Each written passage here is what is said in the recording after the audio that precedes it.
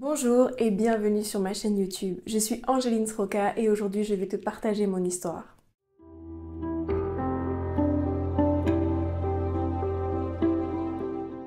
Donc aujourd'hui je vais te parler de ma jeunesse, de la non-connaissance de mon identité en Christ et le fait d'être trop tentée par le monde.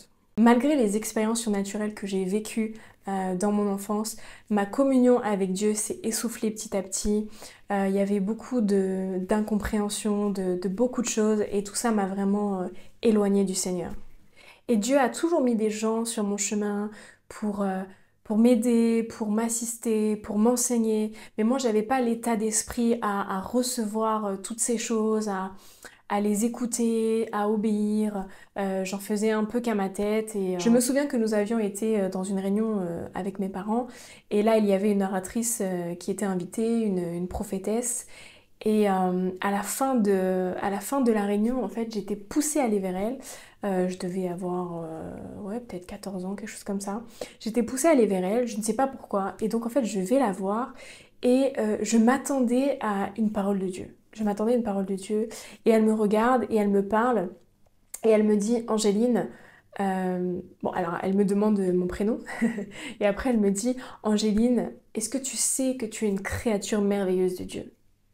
Et elle me dit ça, et en fait, ça me parle. Et elle me donne le verset dans la parole justement qui parle du fait que nous sommes une créature merveilleuse.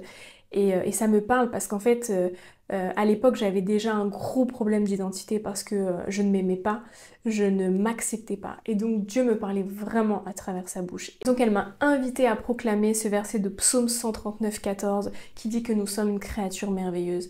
Et vraiment, ce verset m'a impactée. L'école était difficile pour moi car je n'ai jamais aimé ça et je n'avais pas les professeurs qui m'aidaient à changer mon opinion. Cependant, tous les cours artistiques, là c'est sûr que j'étais aux anges, je surkiffais. Ma première seconde a été une catastrophe pour moi et c'était également une période très conflictuelle avec mes parents. Donc j'ai emménagé chez le couple pastoral dont je vous ai parlé dans la précédente vidéo et qui m'ont accueillie comme leur fille. Et je suis restée un an, enfin j'ai fait ma deuxième seconde là-bas, qui s'est également mal passée. Et malheureusement, j'avais souvent ces mots-là en tête, du fait que je voulais faire ma propre expérience dans le monde. Vraiment, j'ai été attirée par le monde et je voulais avoir ma propre expérience. Et le pasteur en question me disait, mais tu te rends pas compte de ce que tu dis, c'est tellement dangereux. Et forcément, moi, j'étais jeune, même si j'étais en deuxième seconde.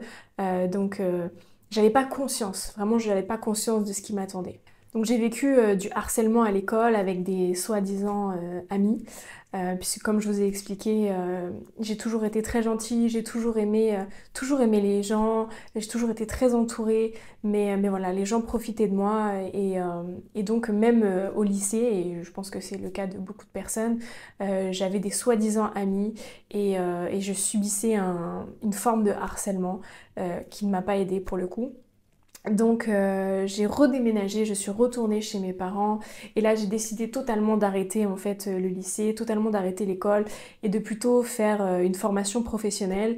Et à l'époque j'étais déjà attirée par le milieu esthétique, le milieu de la beauté. Donc j'ai décidé de faire une formation d'esthétique avec l'accord de mes parents.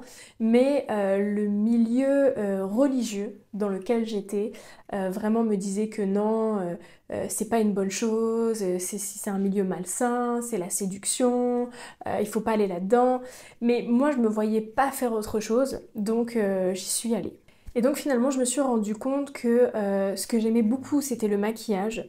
J'aimais vraiment beaucoup le maquillage, donc je suis devenue make-up artiste autodidacte et j'ai commencé à travailler sur des shootings photos, des clips vidéo, des défilés de mode. Vraiment, j'ai fait ça pendant très très longtemps. Donc forcément, ce milieu m'a permis de rencontrer beaucoup de gens et de faire beaucoup de choses dans le monde. Et à l'époque, j'étais plutôt déjà bien en chair. Bon, c'est encore le cas aujourd'hui. Et j'avais participé à un concours Miss Ronde. En fait, on m'avait contacté sur les réseaux sociaux et on m'avait dit tu veux pas participer à ce concours? Et je me suis dit bon bah pourquoi pas, voilà. Donc j'avais participé à ce concours-là. Et donc dans la compétition, en fait, à un moment donné, on devait présenter un de nos talents. Et donc moi, j'aimais beaucoup chanter, comme vous le saviez. Et donc j'ai décidé de présenter le chant Amazing Grace. Et donc tout le monde connaît ce chant-là. Et à la fin, donc en fait quand j'ai chanté ce chant-là, vraiment les gens étaient touchés. Les gens étaient touchés, je pense qu'ils s'attendaient pas à avoir un chant comme ça dans un concours de beauté. Et ils étaient touchés et moi-même aussi j'étais touchée, je sais qu'il s'était passé quelque chose. Et j'ai gagné ce concours. Et donc par la suite, ça m'a donné envie de continuer ce côté... alors pas forcément concours de beauté, mais rester dans le milieu de la beauté. Et j'ai commencé à être modèle. Voilà, modèle dans les clips, modèle shooting photo. Et tout ça m'a amené finalement à rentrer dans le mannequinat, mais mannequin grande taille. Donc je suis rentrée dans une agence et j'ai commencé à avoir des contrats. Je suis allée dans ce milieu-là parce que en fait à l'époque, comme je vous ai expliqué, je ne m'aimais pas. J'avais vraiment un gros problème avec mon identité et donc le fait de faire du mannequinat, ça quelque part ça attire une forme d'attention en fait chez les gens.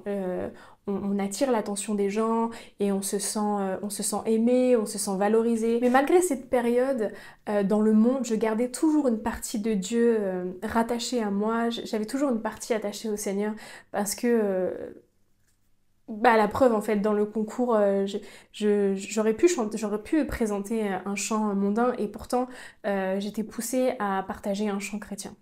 Donc je voudrais t'exhorter à travers cette vidéo, je voudrais te dire que si tu connais quelqu'un, ou bien si tu es toi-même cette personne qui a du mal à lâcher les choses du monde, qui a un pied avec Dieu, un pied dans le monde, vraiment ne perds pas espoir. Ne perds pas espoir, ne te culpabilise pas, n'aie pas peur de retourner dans la maison du Père, n'aie pas peur de retourner dans la présence de Dieu. Parce que par rapport à ce que je t'ai partagé aujourd'hui, tu vois bien que même si j'étais attirée par les choses du monde, j'avais toujours vraiment une partie de mon cœur qui était attachée au Seigneur.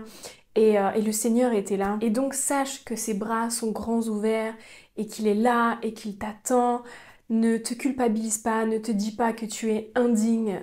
Non, vraiment non. Ne laisse pas le diable te retenir dans le monde parce que Dieu t'attend.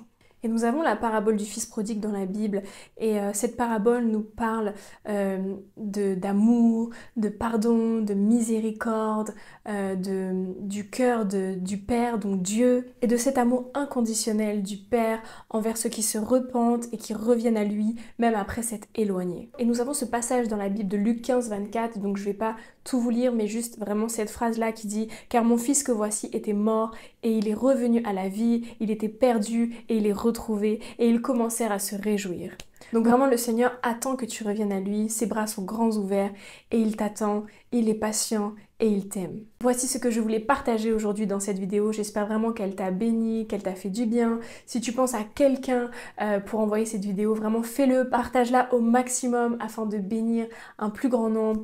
Et si toi tu ne connais pas Jésus, je t'invite vraiment à suivre les prochaines vidéos qui arrivent dans cette série. Je t'invite à t'abonner à ma chaîne YouTube si ce n'est pas encore fait, d'activer la petite cloche pour ne manquer aucune notification et aucune vidéo de cette série. Je te remercie d'avoir regardé cette vidéo et je te dis à très bientôt.